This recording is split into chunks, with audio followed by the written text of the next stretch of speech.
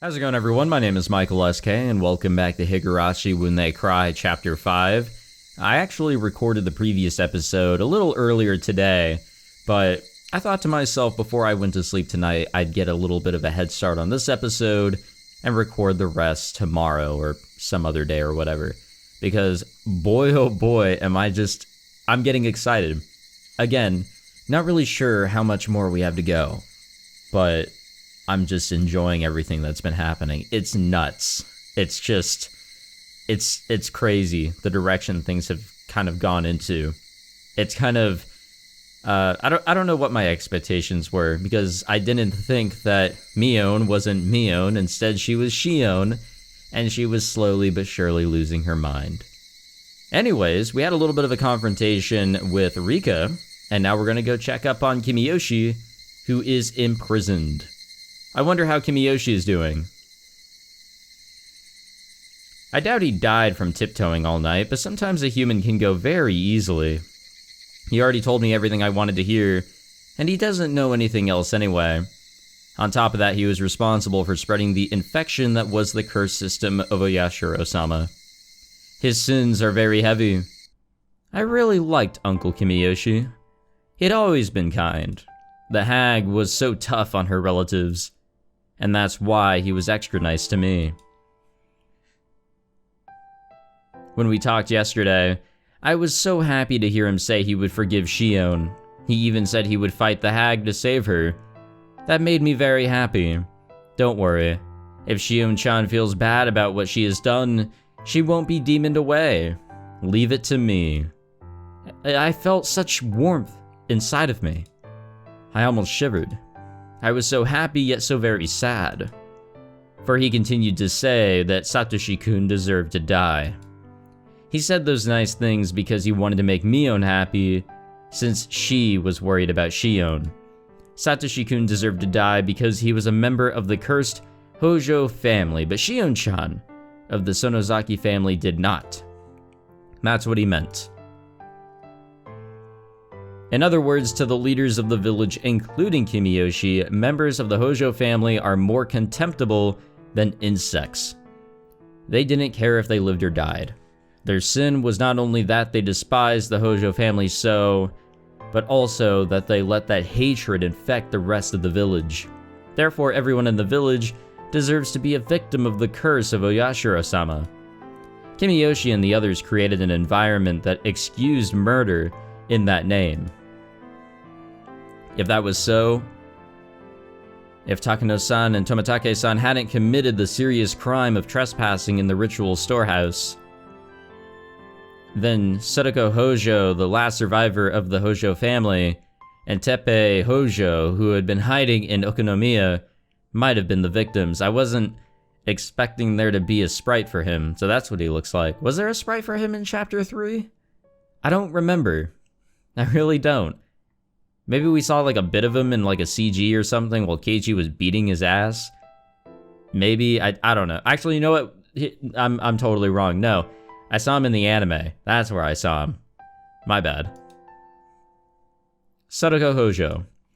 She was always around Satoshi-kun. She expected Satoshi-kun to help her every time she cried. She was one of the people who cornered him. If Sadako wasn't that much of a burden, Satoshi-kun wouldn't have killed his aunt. Alright, somebody told Satoshi-kun to commit that murder, and to hide the evidence of his connection to the mastermind, Satoshi-kun was demoned away. And that's what Ueshi thought. If Satoshi-kun hadn't killed his aunt, maybe he wouldn't have been chosen as last year's victim. Because the commands were vague, after all, the curse of Oyashiro-sama fell upon the Hojo family as a whole. It didn't matter which family or member of the family died. His aunt had a terrible reputation in the neighborhood. She didn't communicate with her neighbors, she was always throwing fits, and there was nothing nice about her in any way. Even if Satoshi-kun didn't kill her, the curse would have fallen upon her sooner or later. Their aunt was the first victim. There needed to be another Hojo to calm the curse. According to a rumor, their uncle was living somewhere in Okonomiya with his lover. However, Okonomiya was a little different from Hinamizawa. The Sonozaki family was powerful there as well, of course, but it would have been more difficult in Okinomiya to demon someone away. So naturally, Satoshi-kun and Sodoko, who were still in Hinamizawa, became the targets. Which one should be cursed? That was simple. Sodoko, of course. She was snobby and lacking in manners. Everyone in the neighborhood liked Satoshi-kun, even if he was the son of the Hojo couple who betrayed the village during the dam conflict. Compared to Sodoko, he didn't deserve to die. Therefore, the actual victims of last year's curse should have been his aunt and Sodoko. Satoshi-kun was suddenly all alone. His mean aunt and mean uncle were gone. His sister, who was a burden to him all his life, was gone too. Satoshi-kun was such a nice person, he would be sad although he'd realized he was finally free. But time would heal him. I'd even help. He didn't have to live in his house in Hinamizawa. There were plenty of empty rooms in the apartment block where I lived. I could find him a part-time job too. He didn't need to go to school in Hinamizawa. He could go to school with me in Okinomiya instead. He wouldn't know his way around, or really anything about the school there. So I would be with Satoshi-kun all the time. I'd show him a shortcut to school, we'd go shopping, and I'd teach him many different things. What an unbelievably happy ending. Satoshi-kun had been suffering so much, and I had been pushed away all my life. But we would finally be happy. I enjoyed these sweet delusions, but I didn't have any more time to waste. I was sure there were plenty of old people who had been trying to get a hold of Oryo all morning, and who were going to try to catch me after I got home from school. Actually, the phone had been ringing constantly while I enjoyed my happy thoughts. When I answered the phone, I casually listened and replied. As I planned, Keiichi Maibara is now known as the next curse victim within the underside of Hinamizawa. I also tried to let him know that the disappearance of the village chief had something to do with the fact that he changed the lock on the ritual storehouse's door. All the authorities in the underside came to realize the seriousness of trespassing in the storehouse. After all, one of the heads of the three families got punished. One of the phone calls was from Ueshi. He had also heard about Kimiyoshi's disappearance, and he knew it had something to do with the changing of the lock. I'm impressed. He also has some pretty good sources, but all he can do is catch whatever information he can get. There's no way for him to find out where it's coming from. I'd call Keiichi Maibara again later tonight. Some of the more aggressive villagers may have already started to take action around him. I'm sure that by now, Keiichi is feeling the danger that's coming toward him. I'd have to be careful that he doesn't get killed so easily. If I can catch the enemy before they bit Keiichi, I can use him again as bait. Keiichi Maibara. I haven't known him for that long. He's funny, if not intelligent. He'll never replace Satoshi-kun, but I do think he's fun to be around. There's just one thing I don't like about him. He rubs my head far too often. His hand is as warm as Satoshi-kun's hand, which is why I can't stand it. But that's about it. Keiichi Maibara isn't Satoshi-kun's enemy. I don't hate him. He's fun to be around. But I wouldn't shed a tear for him if he became a victim of the curse. I won't prevent Keiichi Maibara from being killed, but I won't kill him myself either.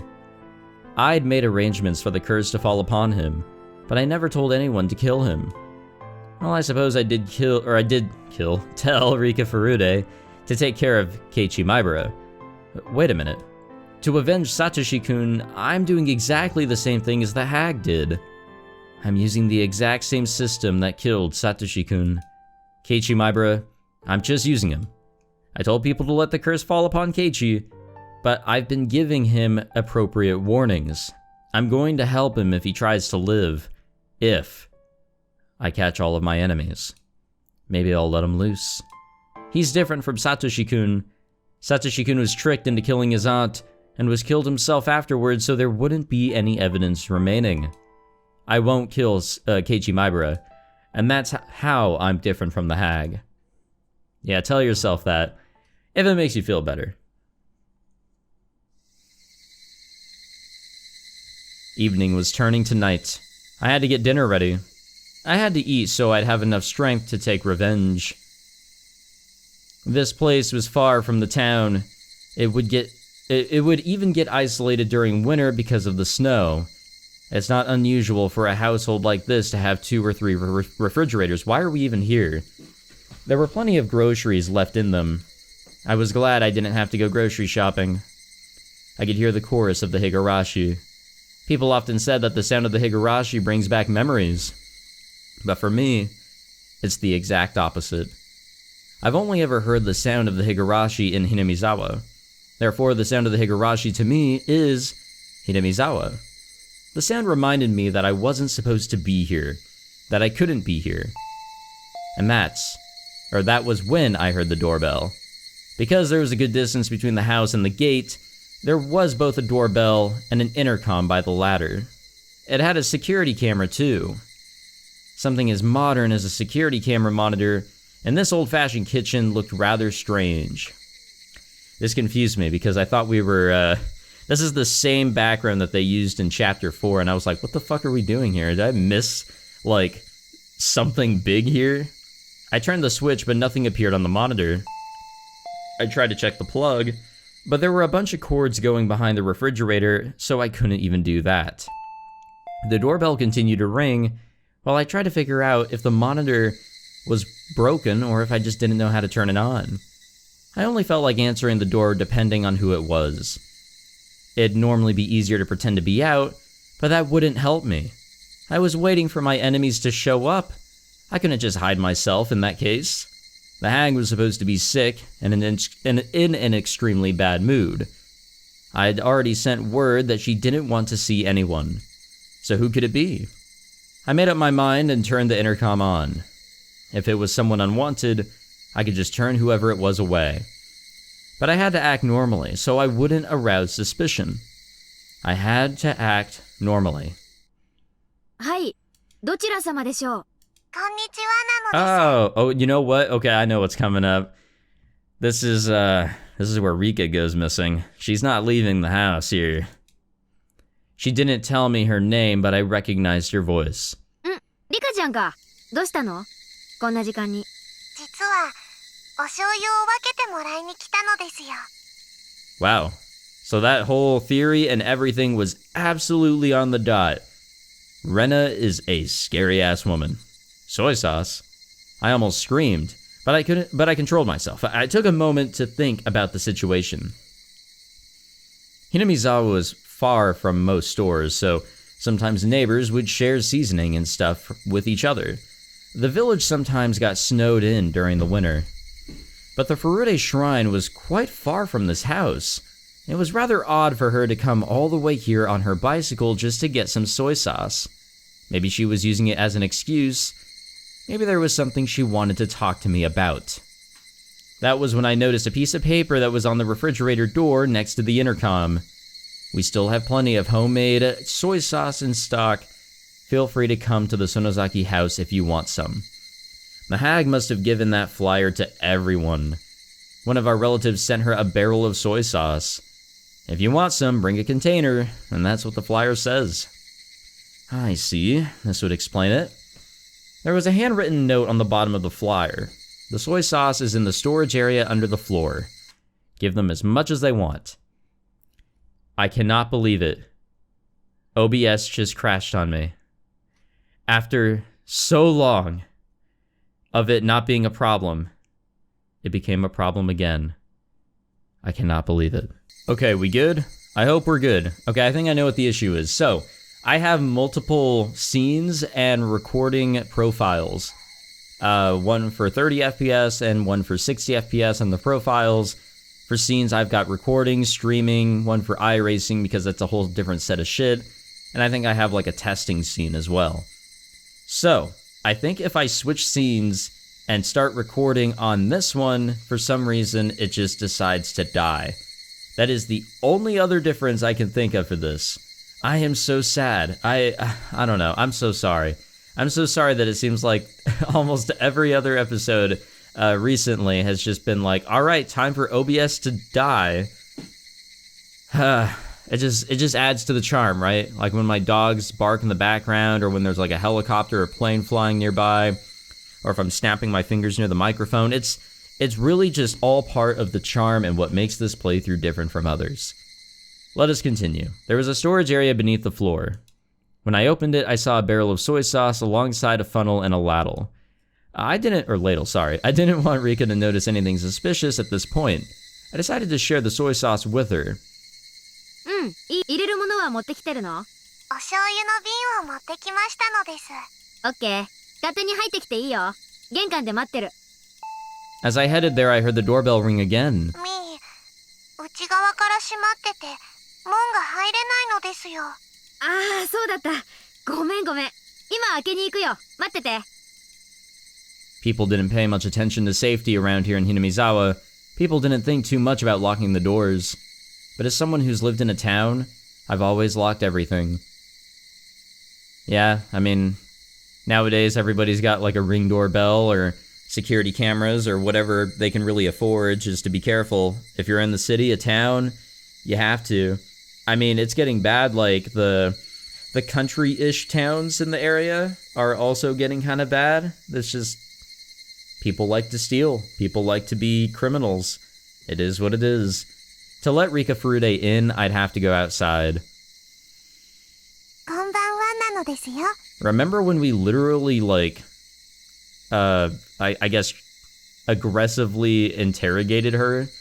Or whatever you want to call that situation, then we, like, I'm pretty sure we smacked her. こんばんは。 Rika smiled at me. She was holding a huge soy sauce bottle. She acted like I never yelled at her, got violent with her, or made her cry at all today. Or perhaps she came to curry favor, thinking she angered me. I invited Rika to the front door. I told her to wait a moment and tried to take the bottle. But Rika took her shoes off and walked into the house with the bottle in her hands. いいよ。私が入れてくるから待ってなよ。僕も、上後でお醤油入れるのは上手になったのですよ。 Oh, careful, Shion. She's a smart girl. She looked at me as if begging. I guess she wanted to pour the soy sauce into the bottle herself. I didn't want her to come in the house, but I suppose I didn't want her to wait there alone either. If she came to the kitchen with me, I could keep my eyes on her. And so I brought Rika to the kitchen. We walked down the hallway. I only heard my footsteps. I stopped suddenly and turned around to make sure Rika was following me. Rika bumped into me. ああ、ごめん。I made sure she was right beside me, or behind me, and started to walk again. Tap, tap, tap. Tip, tip, tip. Tap, tap, tip, tip. Rika must have been having fun matching her footsteps to mine. Even when I quickly sped up, our footsteps matched perfectly. Tap, tap, tap, tap. Tip, tip, tip, tip. Tap, tap, tap. I stopped suddenly. Tip, tip, tip. Tip. Rika suddenly stopped too, after taking an extra step. When I turned around, Rika smiled at me. Our footsteps matched perfectly, and when I stopped suddenly, I heard an extra step. I've experienced such footsteps before. It was making me feel uncomfortable. But now, although her footsteps sounded the same as the other ones I'd experienced, I saw her when I turned around. That was the difference between them. I left the storage door open so we could see the soy sauce barrel. The memo said she could take as much as she wants, but I wasn't sure there was enough left. I crouched down and tried to open the lid of the soy sauce barrel. Even when I crouched down, I could hear Rika's extra step. まだまだいっぱいあるよ。ほら、好きなだけ持ってくといい。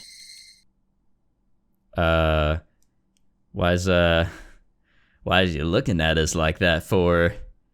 Or is this our other friend? When I turned around, Rika was very close to me. But, who was this? I saw Rika, but it wasn't Rika at all. It was like when I switched with my sister. The outside was the same, but the inside was different. Did Rika have a twin sister? I was confused for a moment. That was when Rika sprayed something from a small bottle into my eyes. I felt a terrible pain in my eyes and suddenly tears poured out and my nose started to run. Man, Shion, I don't know what to tell you, but I warned you. I couldn't stop sneezing either. As I stumbled around covering my face, I then realized I was attacked. I shut my eyes tightly for a moment and then opened them again. Rika was about to grab my hair to drag me down onto the floor. But when Rika saw me open my eyes, she sprayed at me again. I shut my eyes to avoid the spray, but my nose still breathed in the substance. I avoided the pain in my eyes, but the tears, the runny nose, and the sneezing continued. Shit! My brain isn't working quickly enough. However, when I finally understood that I had been attacked by Rika Furude, my brain started to grind into motion. Rika Furude knocked me on my back and got on top of me. I tried to escape from her by rolling on the kitchen floor. As I rolled, I hit an oven. A huge jar, I'm really happy that the text also has to move, and destroyed a pile of something on the floor as I fought back. But Rika didn't let go of me. She stayed on top and restrained me. She was sitting on my stomach, and I felt intense pain and pressure. She could fight well. I still couldn't see anything. Rika had the upper hand, my eyes were shut, and I was in real danger. As I tried to blink, I saw Rika's expression. I didn't know Rika Furude all that well. I only knew her from the few times we met when I went to school as Mion, and from the things I've heard from other people. But as far as I knew, there was no way Rika Furude would ever do something like this. This is just impossible. Impossible, impossible, I tell ya. No, I can't fill my head with that word. I have to calm down and figure out what to do next. Shit, I'm too much of a mess to even think. I tried to peek at her face again. She still had the spray bottle in one hand. What I didn't expect was the thing in her other hand. How could I mistake it for anything else? It was definitely a syringe. Ha ha ha. Oh, I've got some questions about syringes too, game. When Rika realized I'd regained my eyesight, she pointed the spray bottle right at me and let loose with it. I shut my eyes tightly and tried to ignore the pain, but that was when, even though I was blinded, Rika made a miscalculation. She had sprayed at me from such a close distance that she inhaled the substance as well. I heard Rika sneeze and realized that it was my chance. Even if I couldn't see, I knew she was right there. I hit Rika, oh my god, I hit Rika's face a few times. When I felt Rika's weight shift, I escaped. Oh man, we got the taser ready to go. Wowzers. I then got my stun gun ready. Okay, stun gun, whatever, same shit. Rika must have inhaled just a little of the spray. She wasn't sneezing anymore and was glaring at me instead.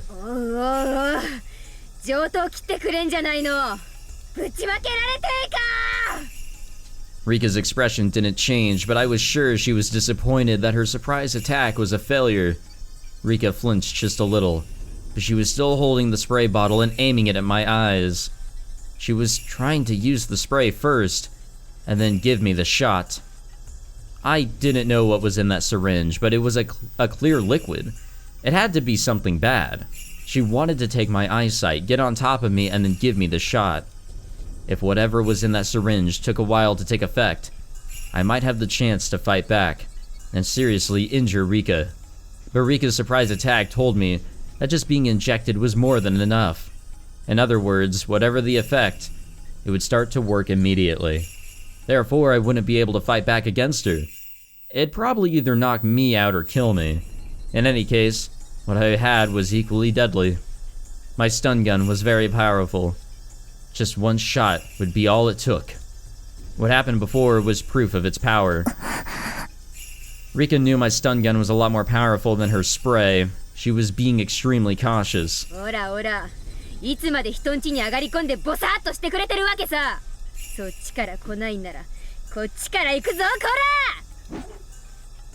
I threw a pile of newspapers at her.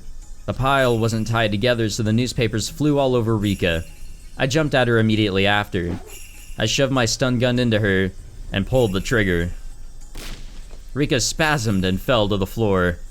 I feel like this is like the ultimate cheat code that we've seen so far in all the chapters. It's just stun gun, boom. All right, well, they're down.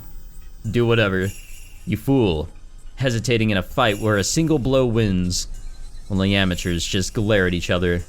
You don't have a single clue about how advantageous this first strike is when a single blow can decide everything. The spray bottle rolled onto the ground, but she still had the syringe. Rika was down, but I couldn't let my guard down either. I kicked her in the side and clambered on top of her. I took the syringe. I held Rika's arm down and gave her the shot. My actions could hardly be called gentle. I injected her violently. I injected everything that was in that syringe. Rika began to convulse. I stood back and watched for what would happen to her body. Of course, I still had my guard up.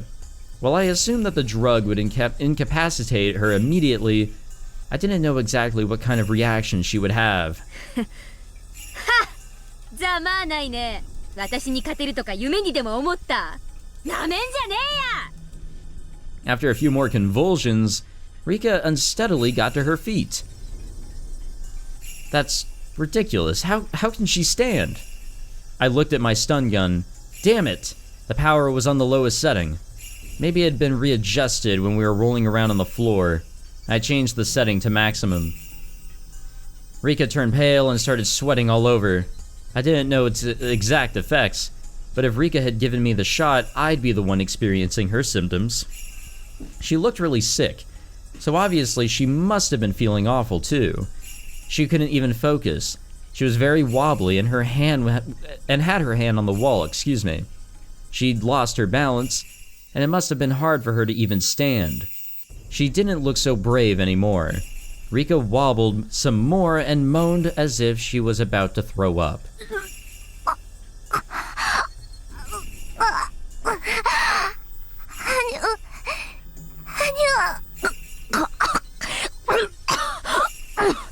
Now that's voice acting. Rika looked scary as she moaned and wobbled, but at the same time, she looked kind of funny too. Certainly, she hadn't even dreamed she'd be getting the shot herself. As the man sows, so shall he reap. That's what you get. 実に滑稽だね。笑えるよ。目が回ってるのかな？それとも息ができないのかな？あんたがあとどのくらいでくたばるのか見物するのも楽しいよ。ああ、でもそれじゃ拷問する楽しみがなくなるね。私さ、あんたにはあの釘台を使ってやろうとずっと心に決めてたんだよね。あんたが自分の薬で死ぬのが早いか、両手女子に釘をたらふく食らって痛みで行くのが早いか。ぜひ、よし決めた。そうしようかね。んじゃ会場を移そうか。場所を移すためにちょいと眠っててもらうよ。I walked up to Rika, my stun gun making popping sounds. When Rika saw the sparks from the stun gun, she moved to grab a huge kitchen knife. おや、まだその程度の元気はあるわけだ。そうでなくちゃ面白くないよ。あんたにはいろいろ聞きたいことがあるしね。無駄に抵抗しない方がいろいろと辛くないよ。もっとも抵抗しなくても辛い目に遭うだろうけど。残念だけど、あんたの誘いは断るわ。Yeah, that's definitely the other Rika. What she said wasn't anything I'd expect to hear from the Rika I knew, but I didn't hesitate. I had the advantage, so I didn't need to worry. Besides, this was coming from the last survivor of the Furude family, one of the 3 families. That sudden change somehow felt natural. あんたらの御三家の血塗られた歴史に比べたら、私なんてとてもとても。それを古出家当主様に褒めてもらえるなんてね、ちょっと光栄だね。んで、そのフラフラな体で包丁一本で抵抗してみせる。立っているだけでも限界なくせに。そうね、あんたの言う通り、これがどうも私の限界。お前なんかに召し取られて殺されるくらいなら悪いけどお先に退場させてもらうわ。退場？できるならしてごらんよ。 It was clear who held the advantage here, but despite that, an odd thrill filled both of us. We lost our minds wasn't a fitting phrase for the people of Hinamizawa. It was a feeling of release, when modern demons could stop pretending to be human. Yes, this was a mad banquet of demons, with the savoring of blood and devouring of flesh. Attended by the head of the Furude family, and the head of the Sonozaki family, the old families whose blood is closest to the madness of the demons. I stood in front of the hallway, so as to block her escape route. The windows had grates and the door had a safety chain on it. If she turned around, I'd hit her with my stun gun. In this situation, what did Rika Furude mean by taking her leave? I have a guess. Rika got her knife ready. I expected her to aim at my stomach when she attacked, so I took a stance with my stun gun ready in my hand. I don't think she's planning on using the knife on you, Shion. Rika, however, suddenly turned around. I carefully watched to see what her next move would be. Rika put the handle of the knife to the wall and held it in place. What was she doing? じゃあね。さよなら、レイお前なんかに殺されてたまるか。Rika reared her head and slammed her throat against the knife on the wall. Her blood splattered all over. Rika bent backwards repeatedly and let the knife slash at her throat. Again and again. Her neck and chest were dyed red. I'd always thought blood was darker, but her blood wasn't dark. It was so bright, I must have been confused, but it looked pretty. After doing this several times, Rika turned around. Her eyes were wide open. She didn't look like she was from this world. Her face looked like something both living and dead, both real and artificial. It was very scary, eerie, and above all else, pale. Sorry, getting ahead of myself. Although her face looked unearthly, it was a very appropriate face for a demon. I didn't have a mirror, so I couldn't tell, but I was sure I looked exactly like her. Rika continued to violently slash her throat. It reminded me of someone trying to break a huge piece of ice with an ice pick. That was exactly what Rika looked like. The white chips of ice cruelly flying through the air. What I saw before me was a beautiful sight. Every time Rika struck her throat, tiny drops of red blood splattered the boring white world around her. It was like a dance. A dedication dance by the final head of the Furude family. The demon's last dance of dedication to Oyashiro-sama. Upon seeing that literally blood-curdling dance, I let out a fierce roar. I had no reason to do so. I was howling like an animal. We were like animals trying to kill each other, both getting covered in blood. And inevitably, as one convulsed in a pool of that blood, the other threw back its head and howled. My body shivered with the joy I felt inside of me. This was death, the most final of judgments, and it was right before me. The demons howled, screamed, and roared. The roars faded, and my voice started to change from the voice of a demon back to that of a human. As a demon, I roared, but as a human, I sneered. Rika was covered in blood from her neck down. Her blood was pouring out, making a little noise. Rika was still staring into my eyes. I stared back at her. I wasn't sure they were still eyes, though. They were no longer human eyes, but the eyes of the dead. Rika. No. Rika's corpse vomited blood from her mouth and her nose and smiled. Then she dropped the knife. She stuck her hands out and turned her palms upward. Her wiggling fingers reminded me of an insect's legs. Those fingers reached for her own throat. I'd never seen anything like it yet. Is she not dead? I'd never seen anybody do this before, because Rika was scratching her own throat. She was ripping her own throat apart. Maybe that wasn't a good description. She was trying to rip out the inside of her own throat through the opening she'd made with the knife. Her fingers found the biggest tear. Rika smiled. At least that's what I would have called it if she were alive. She ripped open the tear in one tug.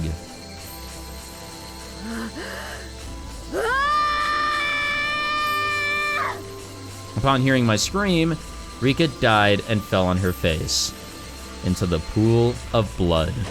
That was it. She didn't get up again to show me her throat. I stepped back from Rika Furude's body and bumped into the wall in the hallway. I'm not gonna yell, it's too late for that. I roared again in admiration of the ritual dance of dedication of the head of the Furude family. This music is fucking nuts. Joy ran through my body and my blood rushed through my veins. 勝ったぞ私は勝った打ち勝った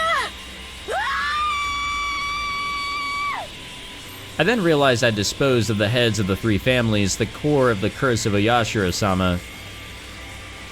Everything was finally exposed. The curse of Oyashiro-sama and its masterminds were all exposed. I disposed of the leaders of the three families who all killed Satoshi-kun. The head of the Sonozaki family died of a heart attack. She was at the bottom of the well, along with a wheelchair. I apprehended the head of the Kimiyoshi family. He continued to tiptoe until he died.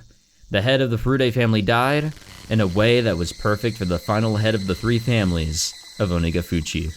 I did it. I accomplished my mission. I defeated all the masterminds who killed Satoshi-kun with the curse. Everyone. Satoshi-kun, you were powerless. You didn't have the means to fight back. Those evil people simply sneered while they let you die, after marking you as a member of the cursed Hojo family. I will never, ever forgive them. They believed you deserved to die because you were one of the Hojos. As long as it was done by the curse of Oyashiro-sama, they didn't care how you were killed. I will never forgive those people for creating this world. What could I have done to save you, Satoshi-kun? I couldn't save you. Shion Sonozaki couldn't do anything else at the time. If I was Mion, not Shion, if I was Mion that day, I could have saved you. Mion could have saved you. That's right, I remember now. Shion. She said she wanted to eat red snapper sashimi that day. I was supposed to eat that, but Shion pouted and cried. That was why I let her switch, just for that night. I did it to make her happy, like a big sister would. Shion was never treated well, so I felt bad. That was it. I was being a good sister, that was it. When morning came, the world had been turned upside down, and it had remained so until today. We weren't twins anymore. The one with the demon was Mion, and the one without the demon was Shion. What was that supposed to mean? Wait, Mom, listen. I'm Mion, not her. You can tell us apart, right, Mom? Look, can't you tell I'm Mion? Come on, everyone, tell me I'm Mion. I'm Mion. Don't call me Shion. I'm Mion, I am. So did they actually switch? Like, 私ははっきり悟ったよ was this supposed to be Mion all along? Like, is that what she's implying, or is she just batshit crazy at this point? あんたは知っていたんだ Because I would buy that. Like, I would buy her 親類た craziness. ちが集まって何をするのかただの宴会じゃないって知っていたんだ知らない本当に知らなかったのはあなわけないでしょあんたあの日だけ嫌にしつこく絡んできたじゃないタイの刺身なんて食べたことない食べてみたいいつもミオンばかりずるい私にもって普段ならおとなしく納得するくせにあの日だけ必要に知らないの本当に知らなかったのあんな恐ろしいことになるなんて思ってたら絶対に言わなかったはどうだかあんたはいつも妬んでたじゃないミオンばかりいい目にあってずるいってだから私が気を利かせてたまに入れ替わってあげてたんじゃないあんたはそれに満足していなかったより一層妬んでいったんだそしてあの夜の意味を自分だけ知り私から奪ったんだミオンを奪ったんだミオンを返せ私がミオンなんだ私が園崎ミオンお前はシオンなんだよシオンミオンを語るな偽物が I kicked the bars of the cell repeatedly while I roared. Compared to my roar, the metallic noise of the bars sounded like the cry of a little puppy. I had been convinced by something so stupid.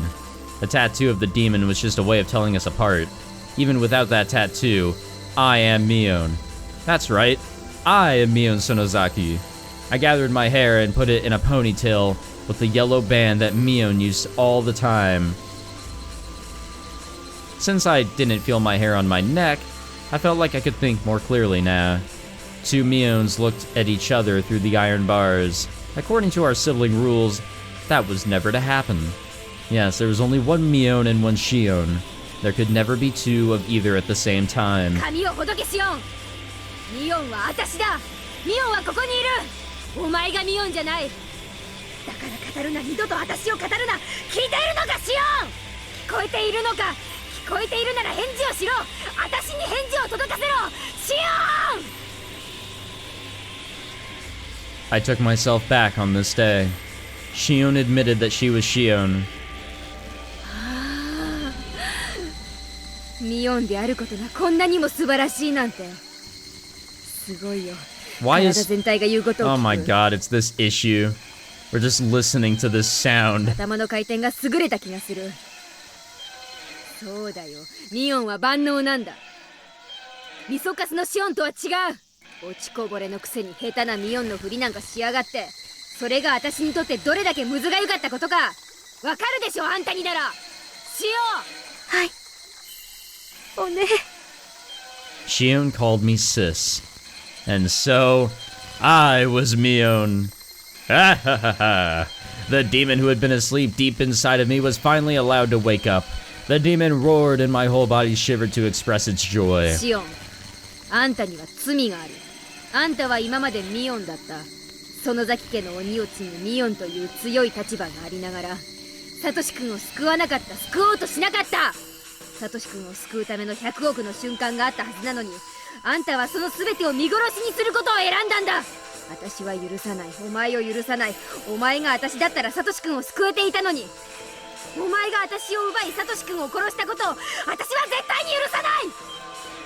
Shion was shaking on the other side of the bars. 私はお前を殺すだろう。絶対に殺す。サトシ君の胸に見合う殺し方をしてやる。お前を一番残酷に殺す方法が何なのか、今日から毎日考えて過ごしてやる。シオンは私がそれを思いつくまでのわずかな日々を、いつ殺されるのかどう殺されるのかに怯えながら過ごすがいい。簡単には殺さない。むごたらしく殺す。殺した後はサトシ君と同じ井戸に放り投げてやる。そしてサトシ君にあの世で謝ってこい。それが私を語り続けてきたことへの報いだ。報い報い、お前の罪。うわ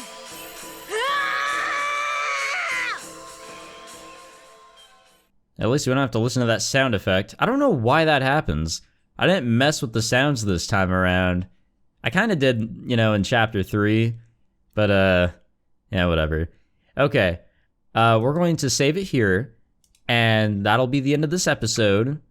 And this was all one session, which is basically contradicting what I said in the beginning of this episode. Because I got really hooked into this. And now I'm going to regret it. But I definitely need to, you know, get going to sleep here. But thank you all for watching this episode. I feel like we learned a little bit more.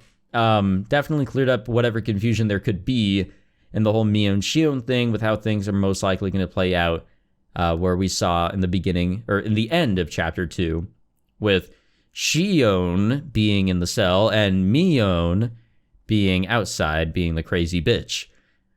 I don't know what the actual deal is. Like, I don't know if they did switch places so many years ago and they just never switched back. So, like, Shion actually became Mion and Mion became Shion and they just didn't give a shit growing up and they just left it as is. I don't know. I kind of find that hard to believe. But there's so much fuckery that has been kind of hard to believe here and there. But you had to believe it as we've kind of come through here. I am still very confused and unsure what to think of Rika. I am very confused what to think of that drug, but I would like to say that that drug is most likely, like 90% sure, what caused the death of Tomatake. Maybe. Could be wrong, not exactly sure, because Keiji was also given a drug in chapter 1, but things kind of just went totally upside down and all the way around there, so who fucking knows anymore? But yeah, thank you guys for watching this episode. I'm excited as we continue getting closer and closer to the end of this chapter. I feel like it's coming soon. I don't know when, but it's for sure coming because we are getting closer to the end of chapter 2 at least. And I'm sure we'll like skip some stuff here and there. But I don't know. We'll see what happens, and I'm excited for more mysteries to continue to be unraveled. So thank you guys again for watching this episode. If you enjoyed, be sure to leave a like, subscribe, all that fancy jazz. I'm going to go to sleep now because I definitely need to. Y'all have a good one. See ya.